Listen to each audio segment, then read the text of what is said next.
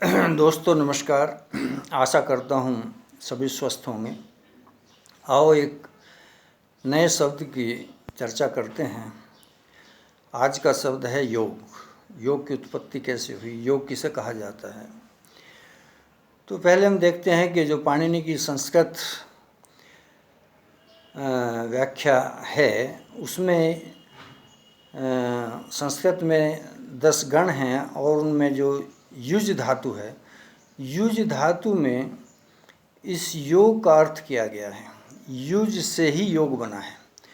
तो युज धातु में इसको फिर 3 जगह बांटा गया है।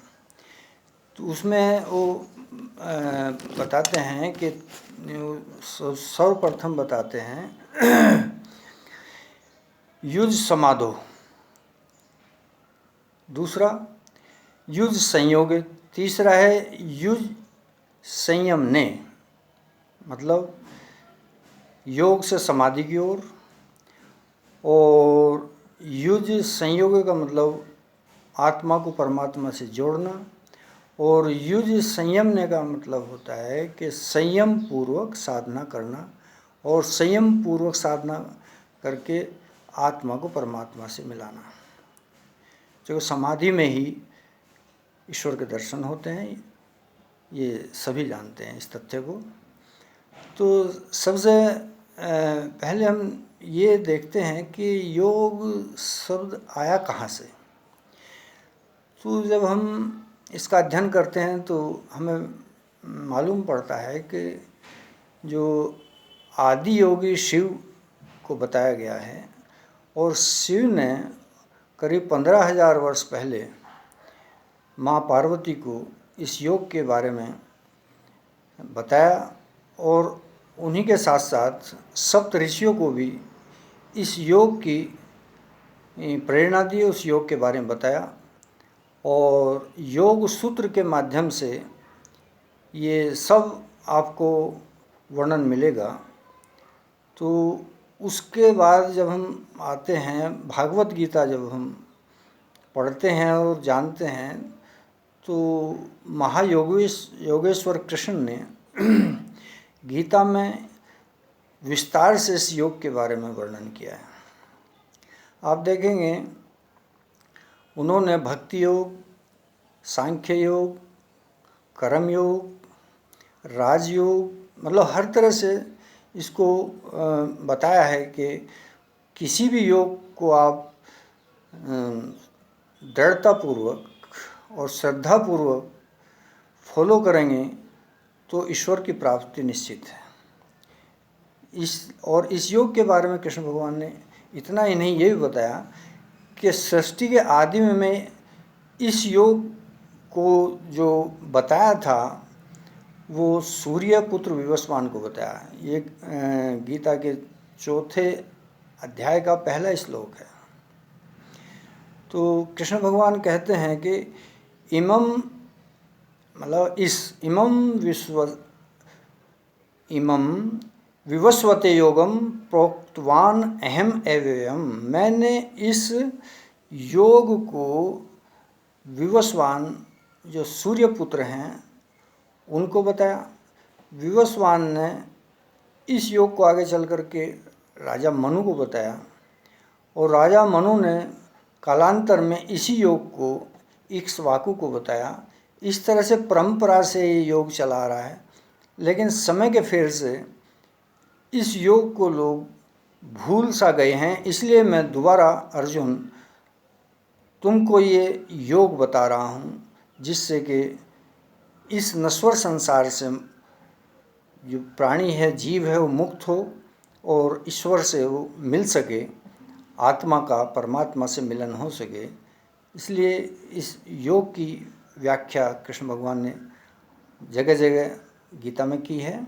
और 6ठे अध्याय में तो 36वें श्लोक में 46वें श्लोक में कृष्ण भगवान कहते हैं कि भक्ति योग से, ज्ञान योग से, अर्जुन सब योगों से श्रेष्ठ ये योग है। इसलिए कहते हैं कि भवा अर्जुन योगी, तुम अर्जुन योगी बनो। योग युक्त हो जाओ। योग हर समय जो ईश्वर से मिला होता है उसको कृष्ण भगवान ने योग बताया। जो ईश्वर से अपने इससे ईश्वर से जो मिल जाता है, हर समय मिला रहता है, उसको योग के रूप में वर्णन किया गया है।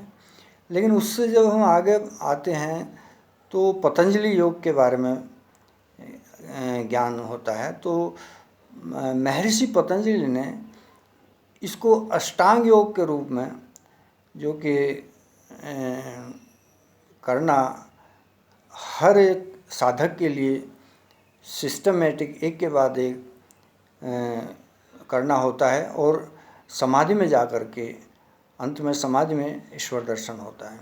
इसलिए उन्होंने इसको यम, नियम, आसन, प्राणायाम, प्रत्याहार, स्वाधिष्ठान और इसके बाद धारणा, ध्यान, समाधि, तो इस तरह से मैं दोबारा बता दूं, यम है, नियम है, आसन है, प्राणायाम है, प्रत्याहार है, धारणा है, ध्यान है, समाधि है। ये अष्टांग योग है। इसमें जो अष्टांग योग में शुरू में ही जो महर्षि पतंजलि ने बताया, वो बताते हैं कि यम और नियम का पालन करना बहुत आवश्यक है। अब देखें साधक कितना इसको फॉलो करते हैं, कितने इसका पालन करते हैं। अब यम के भी 5 भाग हैं।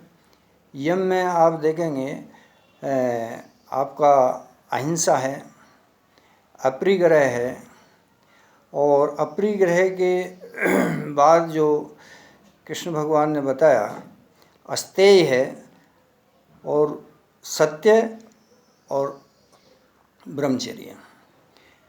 और नियम में भी 5 भाग हैं। नियम में उन्होंने बताया कि स्वाध्याय है, स्वाध्याय के बाद आप सोच है, तोष है, सोच सुचिता, अंदर की बाहर की सुचिता में सोच में आ जाते हैं, तोष में संतोष आ जाता है, और तप है, और ईश्वर प्रणिधान है।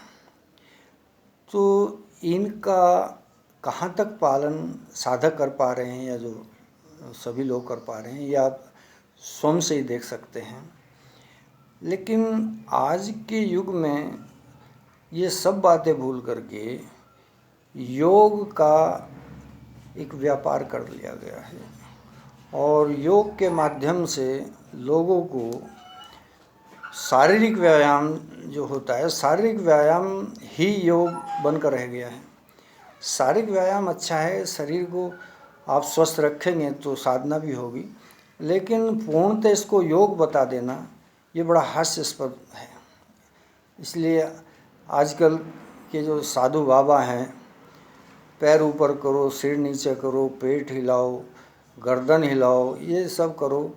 और इतना ही नहीं, इन बाबाओं ने व्यापार आप देखेंगे करोड़पति नहीं अरबपति बन रहे हैं। सारी चीज़ें ये बेचने में लगे हुए हैं, सबका उत्पादन करने में लगे हैं, और ये योग गुरु कहलाते हैं।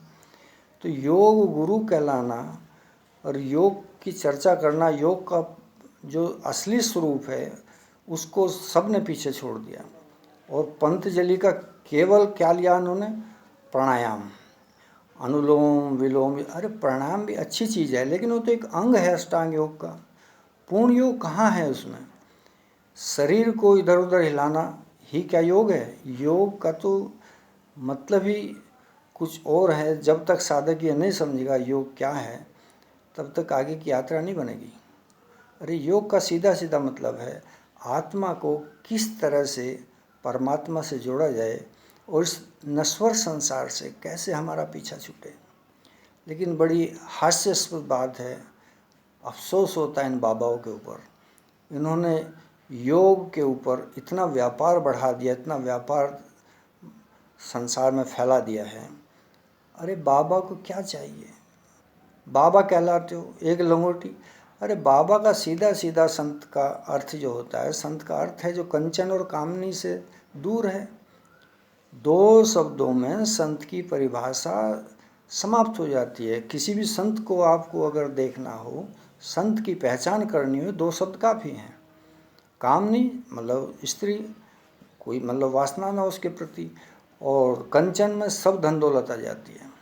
तो आप खुद ही निर्णय करें कि आज के बाबा कितना मतलब त्याग किए हुए हैं, सबको कहते हैं सब मतलब साथ कुछ भी नहीं जाना, और ये सब इकट्ठा करते जा रहे हैं। तो कैसे योगी, बड़ा इन पर तरस भी आता है इनकी बुद्धि पर और हंसी भी आती है। ये किस दिशा में जा रहे हैं और क्या ये सब ये साम्राज्य इकट्ठा कर रहे हैं, इसको साथ लेकर के जाएंगे। लेकिन अज्ञानतावश योग का जो प्रसारण ये कर रहे हैं साधु बाबा, योग गुरु बने फिर रहे हैं, सब योग की परिभाषा बताते फिर रहे हैं। अरे योग अलग चीज़ है, योग का सही अर्थ है। योग अगर सच्चे मायने में ढूंढना है तो आदि योगी शिव के सूत्र पढ़िएगा। योग ढूंढना है तो श्रीमद् भागवत गीता में योग को पढ़िएगा और उसको समझिएगा। योग को और आगे उसका सरलीकरण करना है तो पतंजलि ने, महर्षि पतंजलि ने बताया उसका अष्टांग योग, उसका अनुसरण कीजिएगा। लेकिन वो सब भूल गए, सब भूल करके बस एक ही चीज़ योगा योगा योगा।